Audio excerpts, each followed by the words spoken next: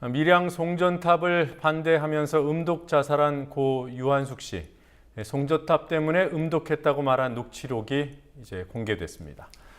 MBC 노조가 MBC의 세월호 보도에 대해 분별이 없었다는 평가를 내렸습니다. 오늘 있었던 뉴스들 황준호 뉴스 취재팀장과 함께 살펴보겠습니다. 어서 오십시오. 네. 송전탑에 반대하면서 음독 자살했지만 또 경찰 측에서는 아니라고 했죠. 예. 고 유한숙 어르신. 사망 직전에 녹취된 내용이 공개가 됐군요. 예, 작년 12월 2일 음독 자살한 후에 5일 만에 돌아가셨습니다. 사망 전에 병원에서 경찰하고 가족이 있는 자리에서 송전탑 때문에 음독했다, 이런 사실이 경찰 녹취록에 분명히 있었다고 오늘 장하나 의원과 또 송전탑 반대 대책위원회가 기자회견을 통해서 밝혔습니다.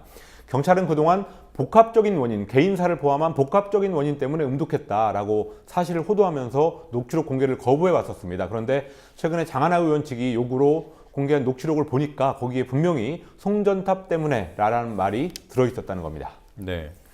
녹취록이면 녹음 파일은 공개가 된 게 아니에요? 그렇습니다. 녹음 파일은 아니고 녹취록, 종이로 된 녹취록입니다. 네. 그것도 경찰이 복사해서 그냥 준 게 아니라 녹취록을 경찰이 가지고 있고 현장에서 거기 본 사람들한테 받았을 수 있게만 했다고 합니다.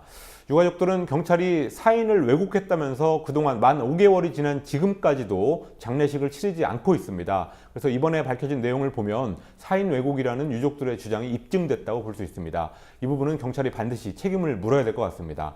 송전탑 반대 대책위원회는 한전과 경찰이 계속 힘과 폭력을 동원해서 송전탑 건설을 강행한다면 밀양의 비극은 또다시 일어날지도 모른다라고 하면서 박근혜 대통령의 결단을 촉구했습니다.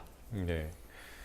자, MBC 노조의 그 민주언론실천위원회, 예. 줄여서 민실이라고 하는데 예. 여기서 보고서를 내놨군요. MBC 세월호 보도에 대한 평가가 나와 있습니다. 예, 민실이 보고서의 제목부터 우리 뉴스에 분별은 있는가라는 제목을 달았습니다. 네. 그리고 그 제목 바로 밑에다가 사측이라고 할 수 있죠. 김장겸 보도국장의 발언을 실었는데요. MBC 보도는 타사에 비해서 세월호 보도에 있어서 논란이 될 만한 건 없었다라는 말이 있었습니다. 네. 그렇지만 민실의 보고서는 실상은 김장겸 보도국장의 말과 정반대였다는 결론을 내렸습니다. 특히 지상파 방송 3사 중에서 MBC가 세월호 참사 과정에서 정부의 대응을 비판한 기사, 이것을 가장 적게 냈다는 게 수치로 입증이 됐습니다. 사고 후에 20일 동안 정부 비판 기사를 보면은 SBS는 55건, 그리고 KBS는 56건이었는데 비해서 MBC는 21건에 불과하다는 분석을 내놨습니다. 네. 자, 중앙대 학생들 중앙대 학생이죠. 예. 그 자퇴 선언이 있어서 화제가 되고 있습니다. 학과 구조조정에 반대하다가 징계를 당한 이력이 있어서 장학금 수혜 자격도 박탈당하고 또 네. 학생회장 피선거권도 박탈당한 중앙대 철학과의 김창인 씨가 어제 자퇴를 선언했습니다. 두산그룹이 2008년 5월에 중앙대를 인수한 후에 학과를 구조조정하는 등 학교를 기업식으로 운영하는 데 대한 학교 구성원들의 반발이 그동안 여기저기서 있어 왔습니다. 그 과정에서 학생이 자퇴를 선언한 것은 이번이 처음입니다. 대학의 기업화에 대한 논란이 다시 불고 있습니다. 네, 뭐 제가 화제라고 했습니다만은 심각한 내용이군요. 예. 자, 두산그룹이 어떤 식으로 해왔는지요? 2010년 4월에 18개 대학 77개 학과를 10개 대학 46개 학과로 통폐합하는 그런 구조 조정안을 확정했습니다. 그래서 그걸 지금까지 이제 계속 이행해 오고 있는데 지금까지 가정교육과를 없앴고요. 또 청소년학, 아동복지학, 비교민속학 이렇게 3개 전공을 폐지했습니다. 반면에 경영경제 계열의 입학 정원은 늘리면서 중앙대가 두산대학이 됐다라는 자주 섞인 말들이 나왔습니다. 단지 이렇게 교무 영역뿐만이 아니라 청소노동자들의 파업에 대한 대응, 이런 학교 운영의 거의 모든 영역에서 소위 경영합리화라는 원리가 적용됐습니다. 대학이 뭘 하는 곳이어야 되는지에 대해서는 시대에 따라서 사람에 따라서 생각이 다를 수 있습니다. 그렇지만 이윤을 목적으로 하는 기업하고 대학을 똑같이 보는 시각, 이것만큼은 곤란하다라는 지적을 할 수 있을 것 같습니다. 근데 요즘은 기업도 이윤만이 아니라 사회적 역할을 해야 된다, 이렇게 강조되는 시절인데 대학을 옛날 기업처럼 한다는 것은 상당히 시대착오적이라고 할 수 있습니다. 네. 자, 호남 출신 정치인 가운데 영향력이 크다고 평가받는 박지원 민주연합 의원. 예. 오늘 그 광주 전략공천 문제에 대해서 결국 입을 열었습니다. 예, 박지원 의원이 그동안 이 문제에 대해서 입을 열지 않아서 지도부 입장을 좀 고려해서 말을 아끼나 보다 싶었는데 결국 오늘 비판적인 말을 했습니다. 라디오 인터뷰에서 대단히 잘못된 선택이다. 또 광주 시민과 국민을 우롱했다 이렇게 상당히 강한 표현을 썼습니다. 또 박지원 의원은 심지어 광주에서는 안철수는 김대중이 아니다라는 말도 나오고 있는 형편이라고 설명했습니다. 관심은 이제 선거운동 기간이 되면 본격 선거운동 기간이 되면 박 의원이 어떻게 움직일까가 관심입니다.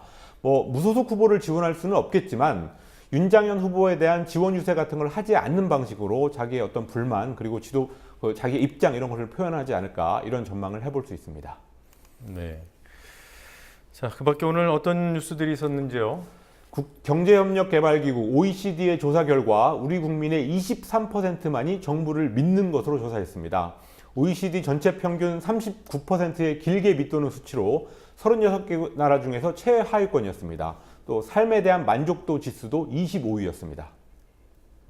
국토교통부가 수도권에서 민영주택을 지을 때 가구 수의 20% 이상을 60제곱미터, 약 18평 이하로 건설해야 된다는 규정을 없앴습니다. 오늘 없앴습니다. 중대형 수요가 많은 강남을 위한 규제 완화로 평가되고 있는데요. 잘 사는 지역과 못 사는 지역이 더 뚜렷해질 수 있다라는 지적이 나오고 있습니다. 새누리당의 윤상현 원내 부대표가 오늘 퇴임 기자회견을 하면서 노무현 대통령은 NLL 포기 발언이라는 말을 한 번도 쓴 적이 없다라고 말했습니다. 작년 6월 같은 경우에는 노무현 대통령이 NLL을 북한에 상납했다 이렇게 말했던 사람이 원내 부대표에서 물러날 때가 돼서야 비로소 자신의 작년에 잘못된 말을 인정하는 셈이 됐습니다. 네, 조금 앞서서 전해주신 그 MBC 보도 관련 MBC가 정부 비판하는 기사가 몇 건이라 그랬죠? 모두 21건이었습니다. 네. SBS는 55건, KBS는 56건이었는데 비해서 MBC는 21건이었습니다. 네, 그 SBS, KBS 56건, 55건 이러니까 꽤 많은 것처럼 느껴지는데 이게 워낙 세월호와 관련된 보도들이 장기간 동안 거의 쏟아지게 했기 때문에 비중으로 보면 그리 많은 건 아니죠. 그렇습니다. 20일 동안의 통계입니다. 이 숫자는. 20일 동안 하루에 수십 건의 기사가 쏟아져 나오니까 네, 그 정도로 듣도록 하겠습니다. 수고하셨습니다.